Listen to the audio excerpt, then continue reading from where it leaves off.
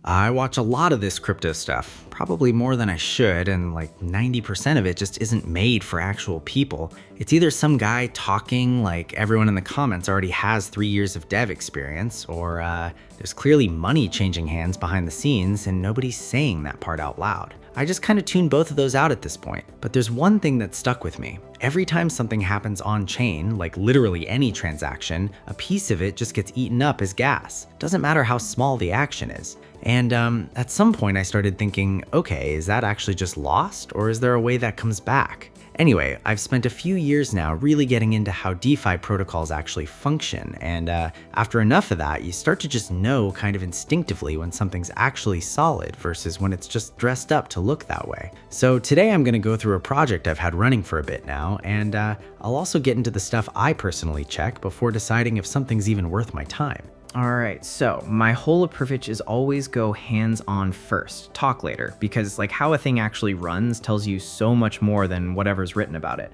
So first thing, I'm connecting the wallet I use the most, where basically all fee history I care about is sitting.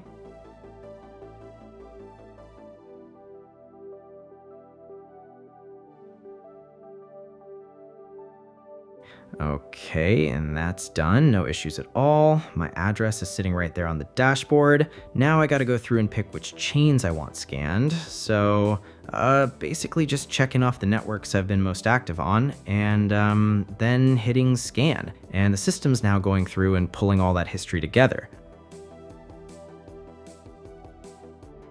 Okay, that finished pretty quick actually. Platform's now showing me total gas that's come out of my wallet across like the whole history, and how much of that is actually can be claimed back. So clicking view results, and yeah, there's the breakdown. Now I pick which chain to claim from, or actually there's an option right here to just grab everything across all networks at once. Then I set where I want the tokens to actually send and top confirm.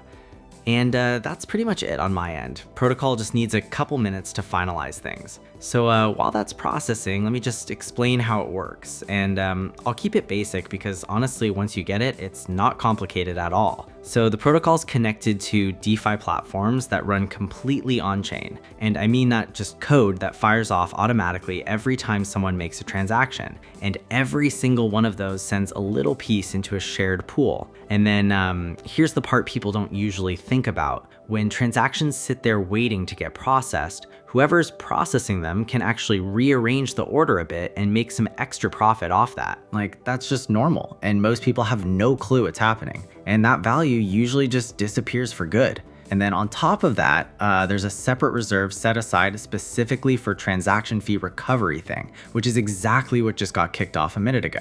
So like DeFi platform cuts, that reordering profit, and a dedicated reserve, those components together is basically where all these rebates come from. So yeah, that's pretty much everything. And I've had this thing running for a while, tested it across different situations, watched how it held up over time, and nothing ever came back looking off. It's not trying to be some huge all-in-one platform. It does one specific thing, and it does not one thing properly. And like that kind of focus usually tells you the people building it actually knew what they were doing. Nothing about the structure feels like it's hiding something, and it's just been consistent the whole way through. And honestly, that's what matters most to me. Not the pitch, just whether it keeps doing what it's supposed to, day after day. Thanks for watching.